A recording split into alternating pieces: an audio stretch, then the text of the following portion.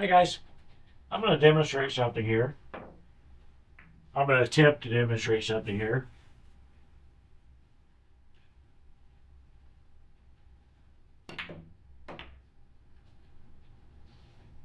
I did not make a simple cross side like that all weekend.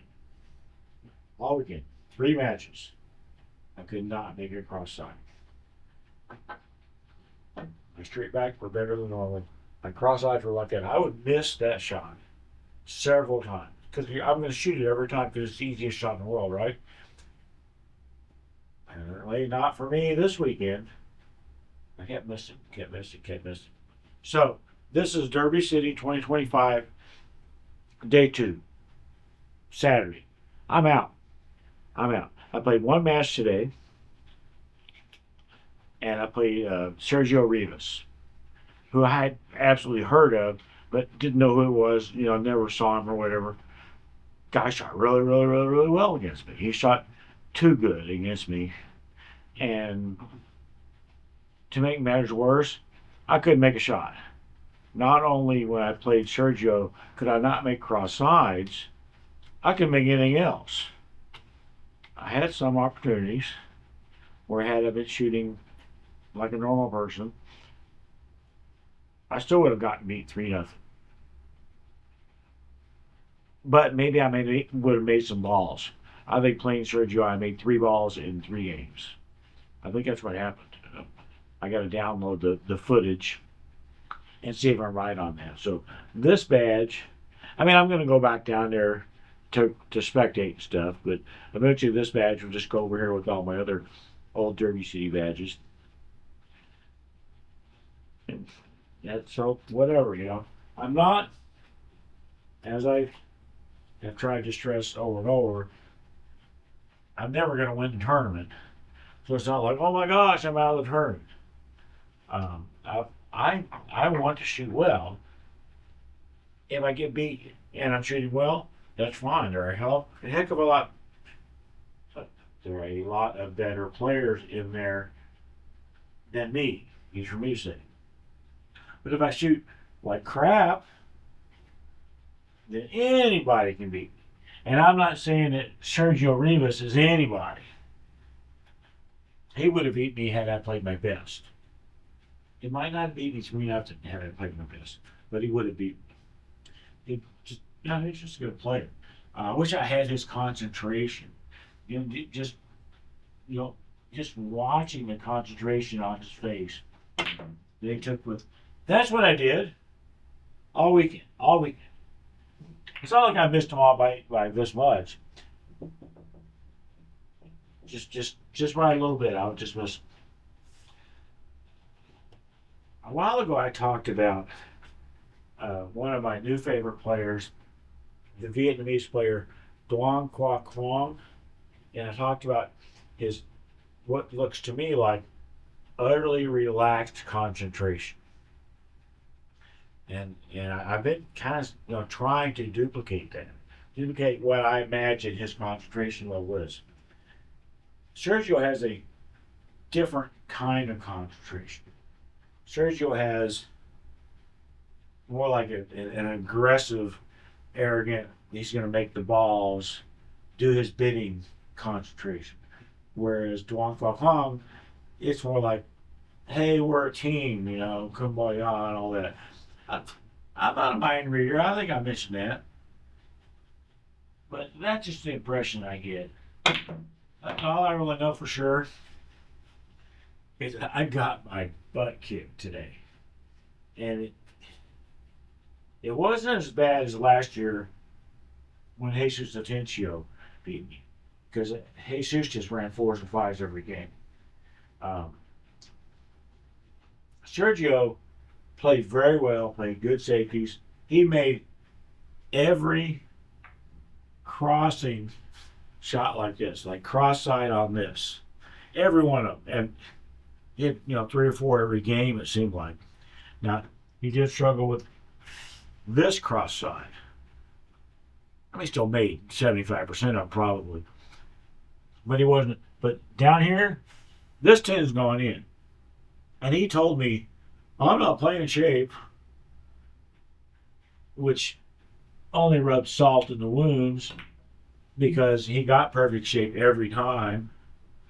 Every time he did it, the ball would win. He'd end up with something like this. Like I said, I didn't know anything about him. Never seen him play. Don't really ever want to see him play again because it will bring back bad memories for him. The reason, in case anybody's noticed, this is my Jacoby.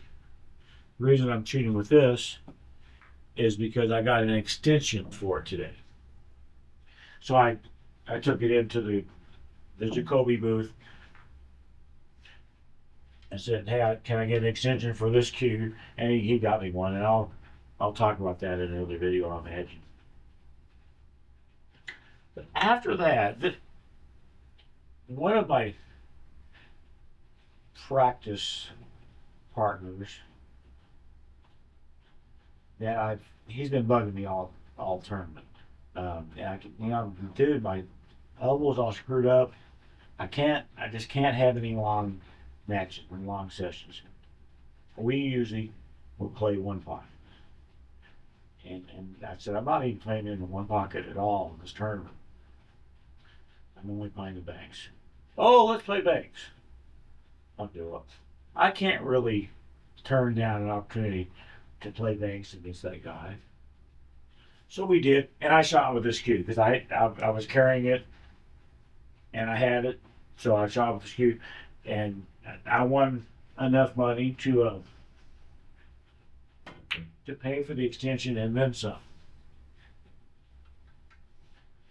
And for the rest of my life, every time I miss a cross side, I'm going to be reminded of this tournament. I'm going to be reminded of how horrible. A shot like this, it's a little bit of a cutback. I have to spin on it and such. This is not a 100% gimme shot. Not for me. For a lot of people, it probably is.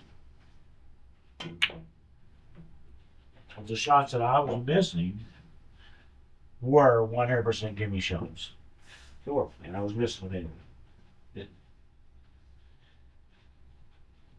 That will probably haunt me for a very long time because I know what that means is that I have to practice just like last year when you needed to practice a little cutback bank like this. Now this year I have to practice shots like this as well. So stupid. It's so stupid, but as I've said many times, if I'm going to shoot a shot every time, as hell, especially if I'm going to play shape every time, then I'm going to make it every time. Not miss it. I've got the footage from my second match, which I won, and I've got part of the footage from my first match, which I lost. For some reason, in my first match, I only had the first two games. I lost the first two games, and then I won the next two. But those didn't get recorded. So that's awesome. And that's the only time I shot good. But I'm going to go through these videos. I'm going to try to get the Sergio one once that gets available. Go through these videos, see what I can see. I know that I play differently in tournament situations. But I want to see it. Can I pick up on it? What am I doing differently? Am I doing anything physically differently? Or is it just all mental? So far, what I've watched, I don't think my physical game is changing. So that means it's probably all mental. Failure to adjust to the equipment, I'm going to count as mental in this case. But what I didn't seem to be doing was varying the length of my pause, either up here or back here, rushing the shots. So, but I didn't seem to be doing that because I haven't watched them all, and I'm going to continue to analyze. Yeah, you learn from your mistakes. I've said this a million times. And boy, I have made some mistakes, and now I have actual footage of those mistakes, and I'm excited about being able to watch this footage, even if I'm just watching footage of me getting beaten in a tournament match, because maybe I can watch it and I can pick up on something that needs improvement that I hadn't really thought about. And so then maybe the next time I get into a competition, that won't happen. Or maybe it won't happen as often. I mean, I'm excited about it. I'm excited about the that really sounded like a miscue. Could y'all hear that? Probably not. I did not miscue, but boy, it sounded like I did.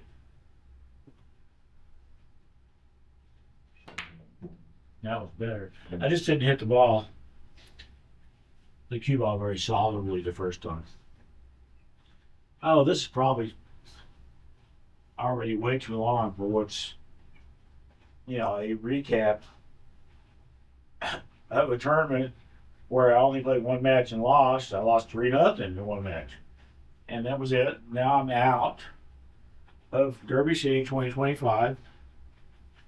And this was to be expected, but it's earlier than I wanted it to be. I wanted it to happen, when I was in the money was when I wanted it to happen. But, it's not going to happen this year. Not going to happen this year. I wish they'd let me play that tournament down here in my basement, because apparently I can make cross sides at least every now and then. Maybe not. That's what was happening. There's a cat there now, so all bets are off on me making any shots when there's a cat. Well, when there's that cat, she likes to bug me. They're all maybe just a little bit freaked out because I was gone for several hours, and they're not used to me being gone. Guess maybe they were sitting around worried about, well, I hope our human comes back. We're going to be out of food in a few days. I don't know, man. I'm just amped up on caffeine because that's what you do. That's what I do when I'm waiting. When I'm waiting between tournament matches and stuff. Today's match started an hour and a half late. This is what happens. They added a bunch of tables. They got all kinds of new software and stuff. But they're still running at least a match behind as far as time goes. At least. And it's only the second day. What's it going to be by next weekend? Are they going to be, instead of one match behind, 500 matches behind? It would not surprise me a bit. They have too many people in the tournament. They have too many people in it. They kept threatening, hey, the limit is 500. Or, I'm sorry, the limit is 150. That's what it was back in the old Executive West days. We reserved the right to limit entries beyond 150. They never did it. And then here, like 2 or 3 years ago, they said, all right, we're going to enforce our limit. And it's 500. 500 people is too many. Too many to get a tournament done, get this tournament done on time. It is too many. But the people running the thing don't seem to realize that. Or they always think that, well, we can add some more tables or tweak something, get some new software, and then we can get it done on time. Well, no, we can't. What you need to do is drop that limit. Now, I'm not saying drop it back to 150. Drop it back to 400. 400 people, there's still a lot of people in a tournament, and you might get it done on time. And you might not get into a situation where people aren't going to show up because they know it's going to run late, and it's going to be long hours, and it's going to be a pain in the ass. I don't know why certain people aren't showing up, but I have to think that plays into it a little bit. There are a lot of people that I would consider, staples of that tournament that aren't there. Not there. 2 years in a row, 9 ball, which is supposed to be done Saturday, ran to late Sunday morning. 2 years in a row. Fix it. Fix it. And I think you fix it by dropping the number of entrants. So you get entries down to, like I said, I would try 400. See what happens. But they could probably figure it out by how many people, how many matches they're behind. They could probably figure out, okay, what's the proper number? Instead of just, I don't know. I don't know, man. I'm not the tournament promoter, and I don't want to be the tournament promoter.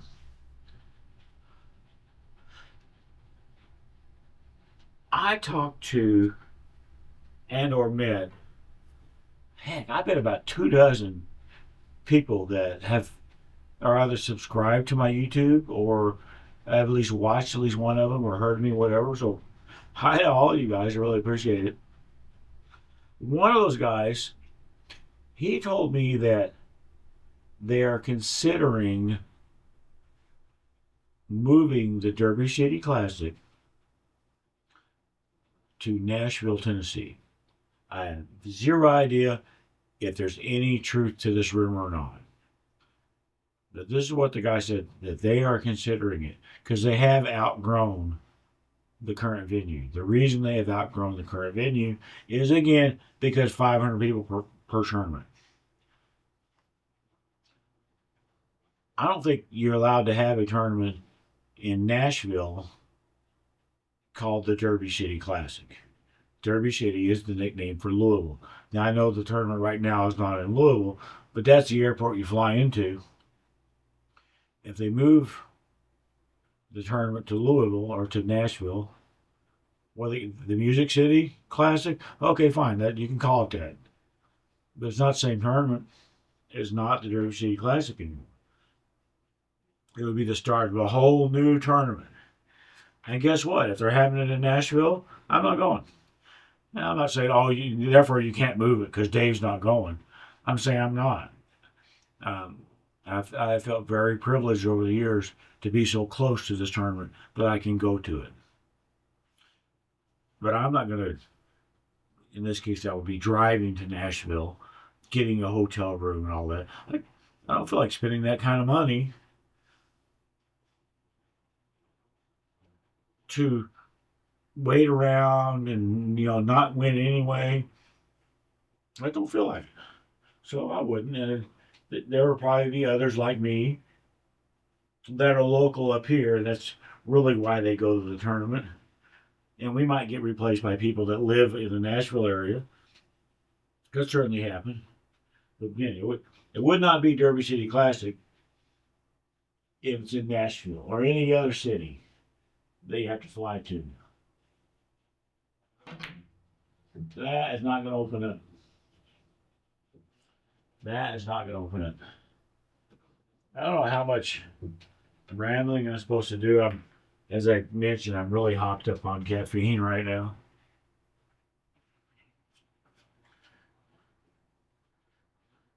So,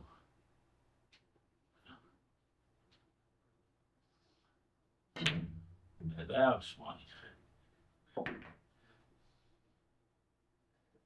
I think I'm just going to quit the video. I can't say quit while I'm ahead because I'm pretty sure I'm not ahead on this video. It's just the way it is.